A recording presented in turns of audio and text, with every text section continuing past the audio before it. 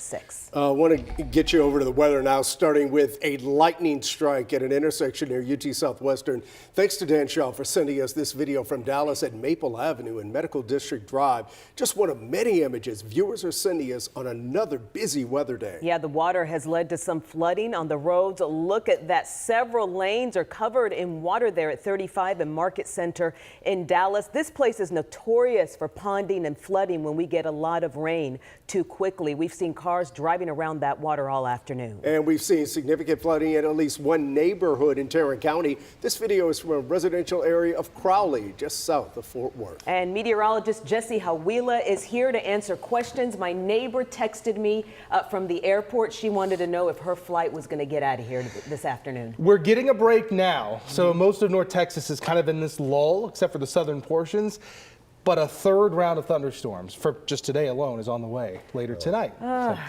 I think she speaks for everybody in North Texas. Need a break. We really do need a break. This has been a horrendous week here in North Texas. So we have a severe thunderstorm watch in effect for areas along and south of I-20. Now, Dallas and Tarrant County, no part of the Metroplex is included in this.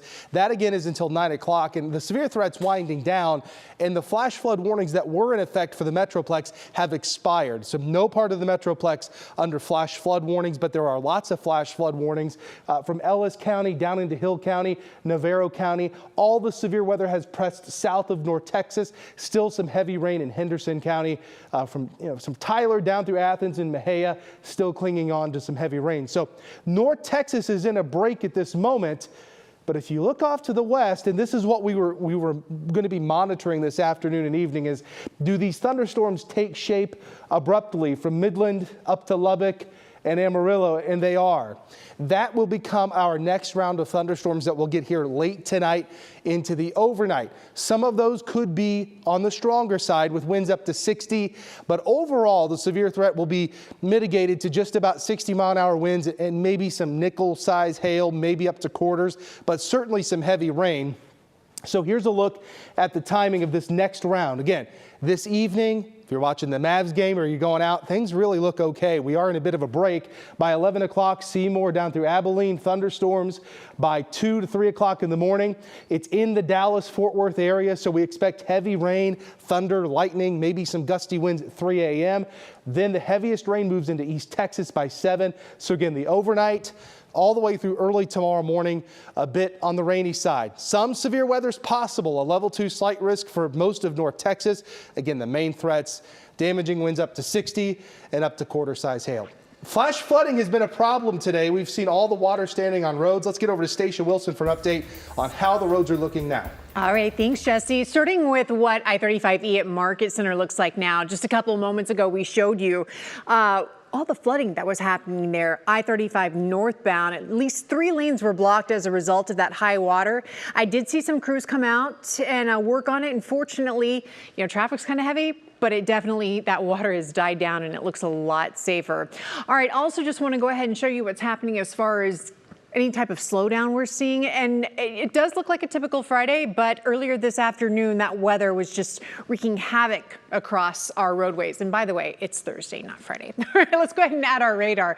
You do have still some rain that's affecting areas east of Mesquite. And I can show you an area that we're watching that definitely still has slow moving traffic. 80 at Pasquale, if you're heading toward Forney, slow there. It's still pretty wet. A number of your roads are still wet just as a result of this water not really having anywhere to go since the ground is already oversaturated. I-35 northbound at Whitlock, that's open. It was closed for much of the day as a result of an 18-wheeler accident. And then also just showing you one more area we're seeing a problem. I know this isn't a great shot, but 45 northbound, this is an at Crisp, that just cleared. And 635, the accident we had there cleared as well. All right, back to you. Well, we just checked the outage map, and right now more than 150,000 people still don't have power. Oncor says they have restored power to about 500,000 customers so far. Take a look at the latest numbers to get a sense of where the problem spots are. Oncor officials tell us they've brought in additional personnel and crews are working 16-hour shifts to turn the lights back on. Brittany Marcrease just spoke with several people in Dallas who are still in the dark right now. Brittany, I don't have power either, so I definitely feel their pain. What are they telling you? Well, Chris, we've been driving all across southern Dallas this afternoon, and down wires, heavy rain, fallen trees, all making it difficult for residents, especially those still without power. And with more storms on the way and crews not able to work in those dangerous conditions, it only makes the wait for help much longer. It's hard to see where the trees begin and the wires end. It's a hazardous over here. Somebody need to get on over here. In South Dallas' Queen City neighborhood, you'll find power on one side. I've been truly blessed and fortunate to not have any power outages. And darkness on the other. And when you come cut the tree down. God.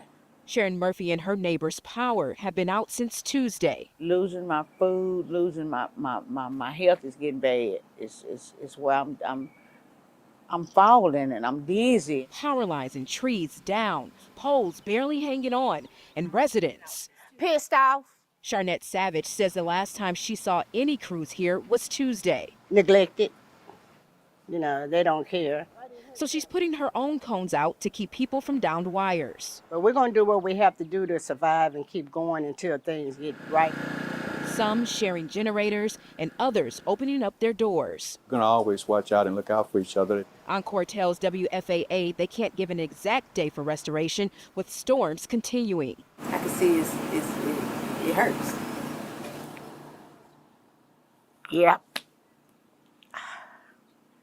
But God got us. It's going to be good. They need to come on and do something. In South Dallas, I'm Brittany Moncrief. The Valley View Volunteer Fire Department confirms their storm sirens were not working properly when a deadly EF3 tornado tore through the city Saturday night. Crews had to send the warnings out on social media instead. We're told a wiring issue is what caused the sirens to malfunction. The city says it's been fixed. Outdoor warning sirens are meant to alert people outside to seek shelter. We started asking what's the protocol to make sure a potentially life-saving tool is ready. As Richard Solomon found out, it depends on where you live. He's in Forney tonight with more. Richard? Well, Cynthia, what you're looking at over my shoulder here, this is actually one of 12 sirens here in the city of Forney. I'm told they all are solar powered and they all went off Tuesday as that storm moved through this area. But this afternoon, I called several cities around the DFW area asking several questions, but one in particular, are your systems ready for whatever weather is coming our way? What you hear is the sound of the powerful tornado that ripped through a gas station in Valley View last Saturday. What you don't hear is the sound of caution. And that sound and technology are things Deputy Fire Chief John Holcomb, that's one of our 12 outdoor warning sirens that's located in the city of Forney, keeps an eye on daily in the city of Forney. a lot of people ask, how long does it take? I was like, it's a matter of seconds. He's also the emergency management operator. See down towards the bottom, they've got solar panels. The other 11 sirens are spread across town. It's a fairly new system, installed 3 years ago, which can be heard for 7 miles. He can look at every single siren on his computer and know if one is down or not working properly. And if one does malfunction, maintenance comes within 24 hours. Anytime the National Weather Service issues a polygram, a tornado warning, it touches anywhere of that green circle, it's automatically going to set our sirens off. I reached out to several cities across DFW, and I was giving information for Dallas, Fort Worth, and Plano. Plano's system was updated in 2000. The director of emergency management says they have to manually signal the sirens, and there's an audible test every first Wednesday, weather permitting, and a silent test every day. Fort Worth also tests their systems every Wednesday. They were replaced in 2003. I'm told the previous system was in place for several decades, and the city is working to move to a fully automatic system very soon. But Dallas has the most sirens with 173. The city consistently checks on the systems to make sure they're working properly. And while Forney is growing, so will the need for more sirens in the area. We're able to just come in through the budget with the city and add a siren into that area. Holcomb says the sirens did go off Tuesday morning during the storm. He checks them weekly because the sound of warning could save lives in this weather. In Forney, I'm Richard Solomon.